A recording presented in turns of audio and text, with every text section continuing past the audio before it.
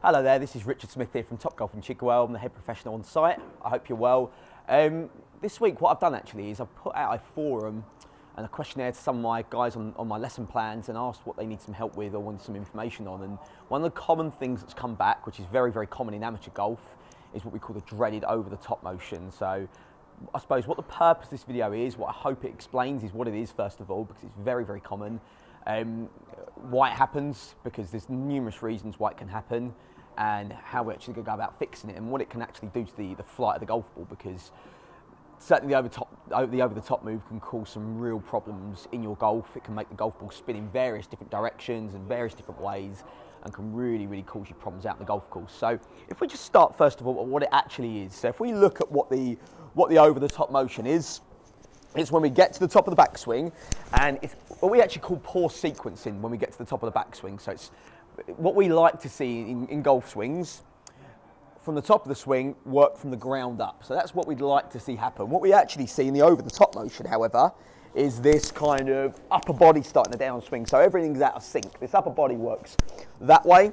Instead of that lower body starting the downswing and that club kind of shallowing out and working inside, what we actually see is this upper body start the downswing, and we get this violent kind of action where this club head and shaft get out in front of us this way. And if we look and really analyse what that's doing in slow motion, because that club head's now outside the ball, either the club head slices across the ball, puts spin on it, makes it swerve quite violently out to the right, which is very, very common in amateur players, especially players that have got a little face issue as well. So very, very common that we see that club go back out in front of us, slice across the golf ball, make it spin out quite violently, especially with a more longer golf club. So as you work your way through the bag, when we get to longer clubs, it becomes even more apparent. That side spin, due to the lack of loft on the golf club, that spin gets imparted and the golf ball spins quite violently out to the right. So that's one thing that can happen.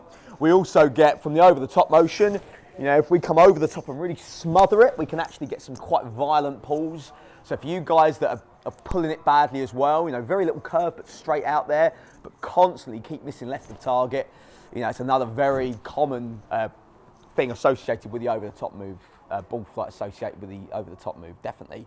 One of the other things is big missed contacts as well, big missed strikes. So any time that your club head is that far outside the golf ball coming into impact, you know, really going to be introducing some parts of the golf club that we don't really want to be hitting the golf ball out of. You know, for you guys, we want to be hitting it as close to the centre as possible. So with the club head that far outside the golf ball, we're going to really, really hit some funky parts of the golf club and get some funny shapes. So guys, that's what it is. That's why it happens. You know, it's poor sequencing from the top of the backswing. It's upper body starting the downswing. It's pulling the golf club across the ball. Let's look at a couple of, I suppose, some in-swing thoughts to actually try and fix it. You know, how can we actually fix this? So first thing, guys, what I like to do, a really, really nice, easy fix. I suppose this relates nicely to the players who actually practice on the driving range, because it's very, very hard when if you've not got the luxury of having a professional watching you all the time, and a lot of your practice is done on your own, you know, away from your lessons.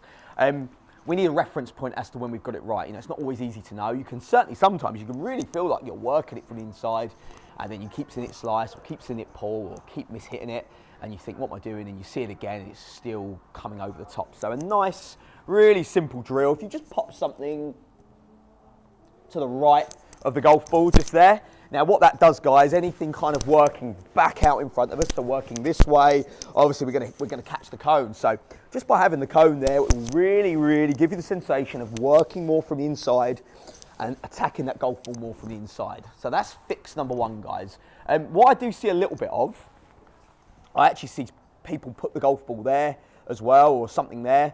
That's also absolutely fine. I suppose my only concern with that, guys, what I don't like my players doing that too much. My perfect swing path is one that works inwards, kind of squares up, then tends to want to work left, you know, right through impact. And if you think of the journey that's coming inside, squaring up and then working left, so it's going to encourage the golf ball to want to straighten up or start right to left. My concern with putting a golf ball to the left of the ball post-impact is what you'll end up doing is swinging far too much out to the right. Certainly if you've got a little face issue, guys, as well, it's not going to fix your slice at all. It's actually going to make it finish further offline. So I'm actually not going to put a golf ball there at all, or a cone there. I'm just going to stick to the cone on the left. On the right of the golf ball, and that's actually going to help me deliver the golf club on a better line and still have the confidence to make sure we turn through the shot. So guys, that's fix number one. All right. In terms of in-swing feelings, if we look at what that lead arm's doing, for it to be coming over the top that badly, that arm's coming out in front of us. So, you know, I suppose for you guys, when you're hitting golf shots and you're not sure of a feeling, you know, certainly keeping that lead arm a lot tighter to the body, keeping everything more connected is going to help shallow it out.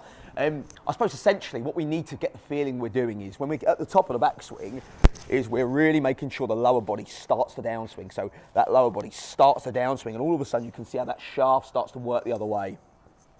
I know some really, really good professionals use the analogy of kind of leaving the arms up in the air. So when we're getting to the top of the backswing, we leave the arms up there and we just turn the body, and that gets the shaft of the club shallowing out. So that's another way of fixing it. If we're not getting the results with that, you know, certainly there's nothing wrong with actually feeling some manipulation in the shaft. So feeling the shaft work kind of more behind you. And once again, guys, it's going to give exactly the same effect. So all these methods, you know, I suppose what I would say is not one fits all. You know, there's loads and loads of different ways of delivering the club in the correct way. I've given you the sensation of a cone being there. I've given you the sensation of keeping the arms a little tighter to the body to help stop the left arm getting out in front of us. I've also given you the sensation of trying to, what I would say, swing a little bit more in sync so that the lower body starts a downswing and the upper body stays a bit more stable. That helps shallow it out. And also, actually, guys, if these things are failing, we might need to do something more extreme and actually feel the shaft, actually try and manipulate our arms so the shaft falls more underneath. So I'll just jump on the mat, guys, and just show you what that looks like. So I would always start with a tee. You know, just to give ourselves some help first of all, guys. You know, it's a very, very, very hard fix. This it's probably one of the hardest fixes. So I'd always start off a tee to start off with. So I pop my club down, and the feeling I'm going to try and get is this shaft working under a little bit more. You know, if I'm at Topgolf here, guys, all our golf balls have a lovely little logo there. I'm not sure if you can see it, but they have a little logo there, like a target type thing. What I'd like to do maybe, guys, is pop that just slightly to the left. And all I'm going to feel is when my club head's coming in, guys, it's going to come into a point where I'm hitting the left section of the ball. All right, so it's going to come in and hit this part of the ball. And as long as I do that and turn,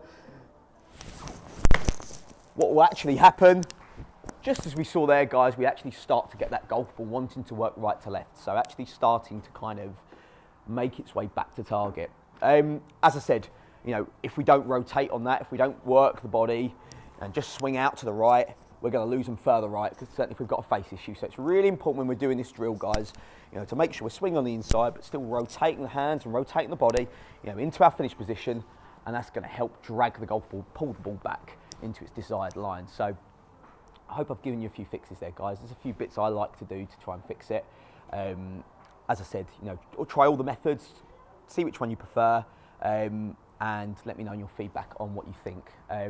Be really interested to know, guys. It's not an easy fix, it's not an easy thing to fix, but it will make such considerable difference to your ball flight when you get it right.